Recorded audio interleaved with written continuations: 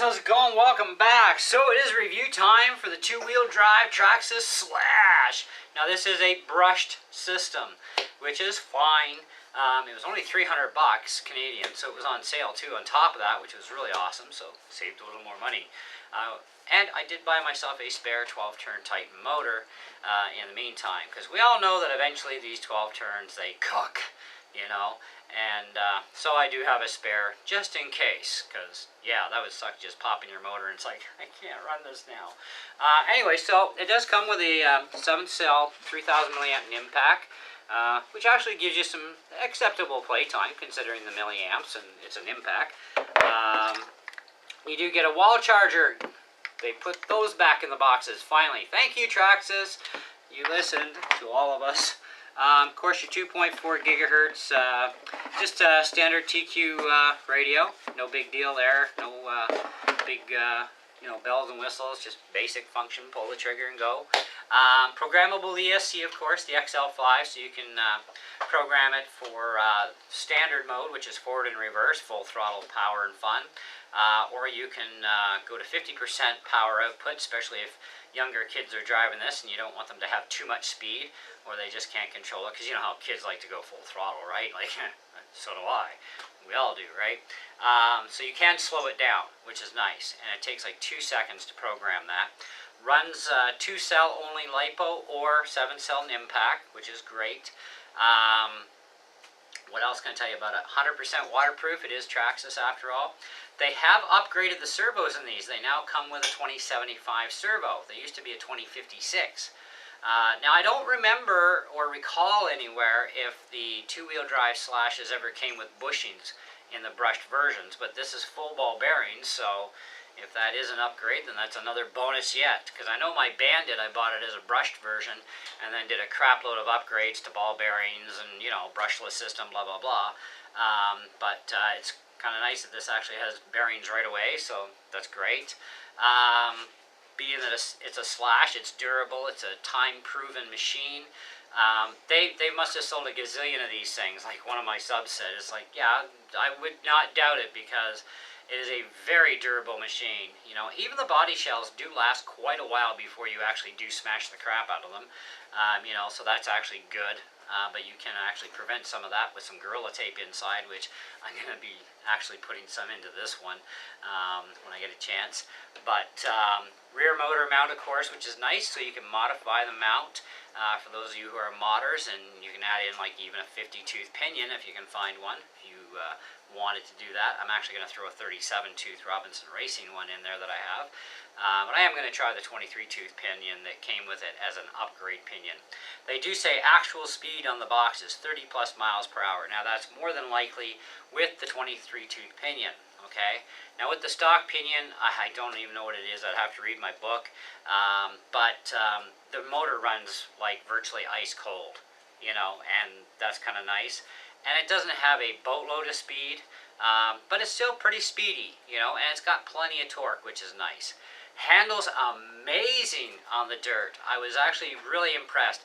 I was kind of a little leery, I mean, I had some options of buying stuff yesterday, and I did settle for an RC, because I've been promising you guys for a while more RCs and new stuff too, right? So, anyways, I am going to be getting probably the Rustler next. If not, maybe the Mini E-Revo one. I had one before and I kind of miss it. But I definitely want to get, a brand spanking new Rustler. I mean, the one I had was like cobbled together with God knows. And it was a great little machine, But I want to get a bunch of brand new Traxxas machines. So pretty much every week for the next little while, it's going to be a brand new Traxxas machine.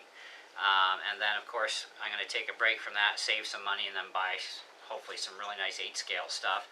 But I want to go for the larger size of the 10-scale, which is why I also went after the Slash. But I was kind of hemming and hawing because, the Bandit doesn't handle very well, even with Slash tires on it in the dirt. I don't know what it is about that buggy, but, maybe it's just the gravity design of it or something, But still a very impressive buggy, especially if you put some honking nice big tires on the back, which I do have a set. Then it handles much, much better. But it's like anything else. It's a different kind of machine, right? Same as this. Totally different. This is a truck, not a buggy. and even though it's two-wheel drive, it handles amazing in the dirt. And we've got lots of dirt out here in the country. Our roads are mostly dirt. We've got a bit of asphalt here and there. You know, we're kind of not that far back in time, but it is kind of nice to be back in time a little bit out here, which is pretty cool. I definitely want to get a brand new slash 4x4. I had a 4x4 VXL. I picked it up used, and I really would like to have a brand new one. You know, then I know exactly what I've got, and of course VXL definitely, right? I also want to get the Slash with the onboard audio too. It's a pretty nice little machine. I know I could upgrade to the audio equipment into this, but you know what? By the time you spend all that money, you could easily have just bought the Slash onboard audio one already, and it's already there. You know, at least that's the way it works in Canada. You know, we get a little higher prices than you guys in the States, but it's the way she goes. Very durable machine, very fun. I love it, you know. There's definitely no saying a Slash is a Slash is a Slash, because, you know, you got 4x4, you got two-wheel drive, you got brushed, you got brushless versions. I am going to be upgrading this down the road to brushless, but for now I do have a spare Titan 12-turn brushed motor for it. And it's going to be getting some metal upgrades for sure. I am going to start upgrading a lot of my RCs and getting some nice little parts for them that I feel are the right parts to go with, because not everything metal is a good idea. Now, as far as everything else goes with it, I would give this an easy 4.5 out of 5. The only pet peeve I have that really doesn't affect the star rating, but it's just a pet peeve, is this friggin' antenna. It's like, I know I could bend it down and over, but you know what? The Traxxas Summits, do you see the big Summits having an antenna tube sticking out? No. Right? Because the wire is only like this long coming off the receiver.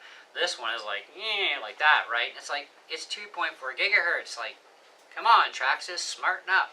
You know? We could just all take advantage and just have a Summit receiver in here with a short-ass wire, and you'd never see an antenna tube inside coming out the top.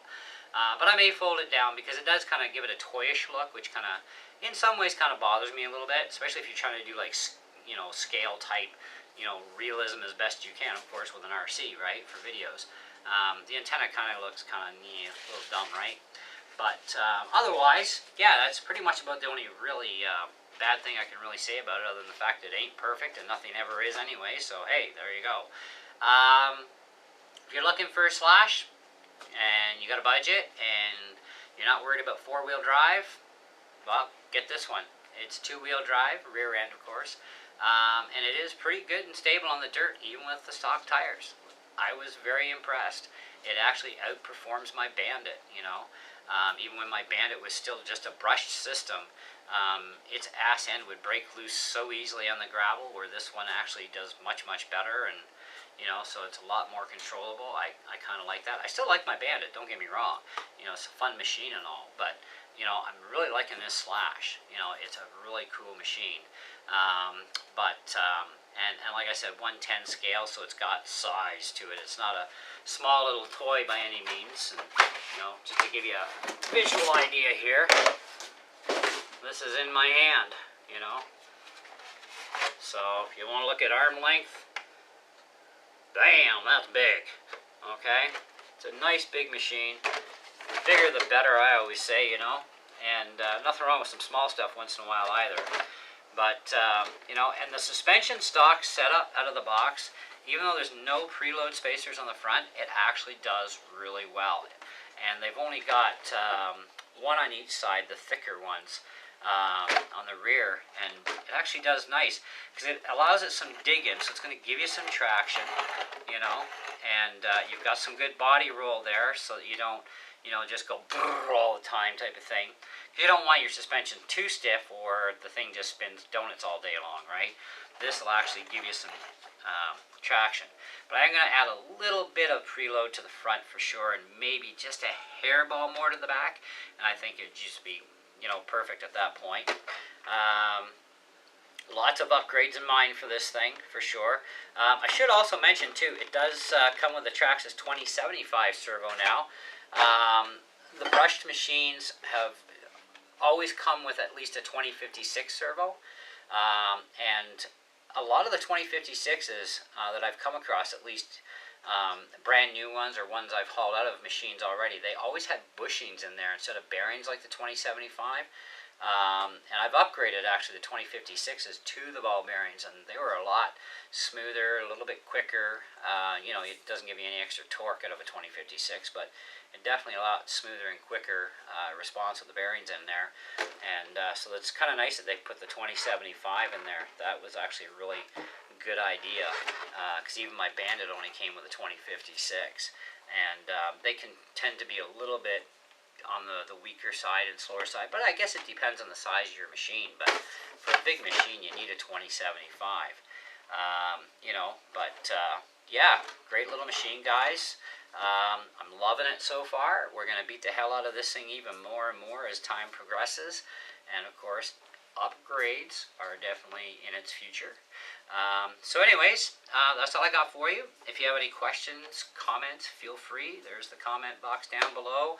If you're not subscribed to my channel, please subscribe and then click the little bell that'll show up and say, yes, I want more videos, and you'll always get my newest videos that I put out, whether it be RC, music, or what have you, reviews, techie stuff.